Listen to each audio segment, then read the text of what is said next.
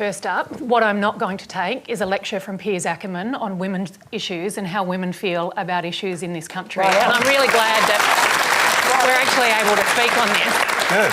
Going back to the actual question, I mean, I think there's a couple of different issues here. What Australian women have been concerned about is not that Tony Abbott does not love his wife. Of course he does. Is not that Tony Abbott does not love his daughters.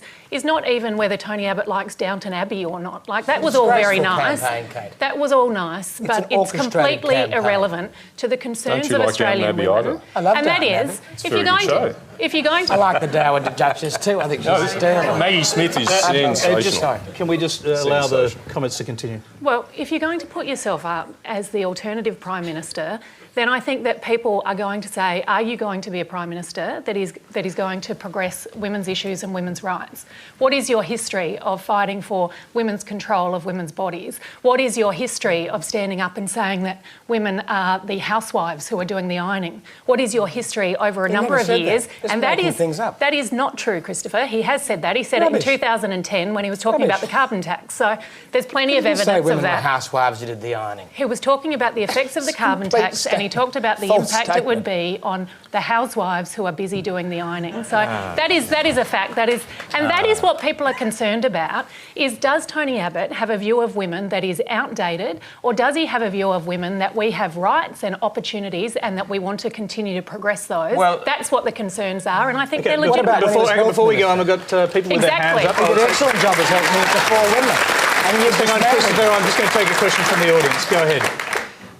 I'm just a little confused, Christopher, with your comments, because there's actually proof that Tony Abbott has said misogynistic things such as women are physiologically different, so they won't ever be in positions of power because they're so different to men. And this was at Sydney University, my uni, in the student paper Housewives, back when he was involved in the SRC, and that is in records in the paper. So if anyone wants to see it, yes, but like those.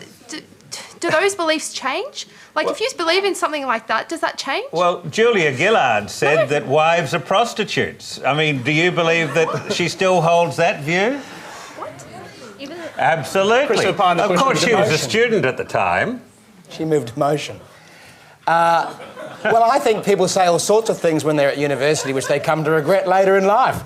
And the idea that somebody I won't tell them what you said if you don't tell them what I said. How about that? Somebody should be held to something they said in 1977 when they were an 18-year-old student, I think is absolutely ridiculous, quite frankly. Can I just bring in Nilaja here? Yeah, sure. Watching this discussion. I'm hearing housewives, I'm hearing prostitutes. What's going on down under?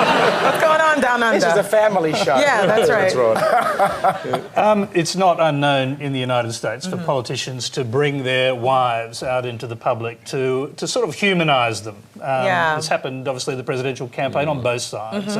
Tony Abbott did it recently, or Tony Abbott's wife came out recently to, in a way, tell us more about him. And what's her name? Margie. She's tough. I like her. Good on you. You know why? She reminds me of a very strong woman. She reminds me actually of Michelle Obama. Like, if anyone were to talk about Michelle Obama's husband, Michelle wouldn't have that.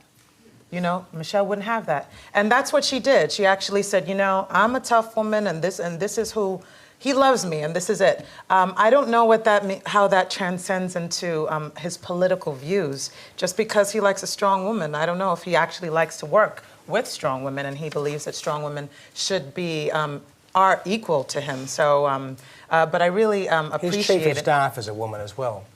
But it's kind of like saying my best friend is black. His deputy's a woman. His deputy's I'm not prejudiced.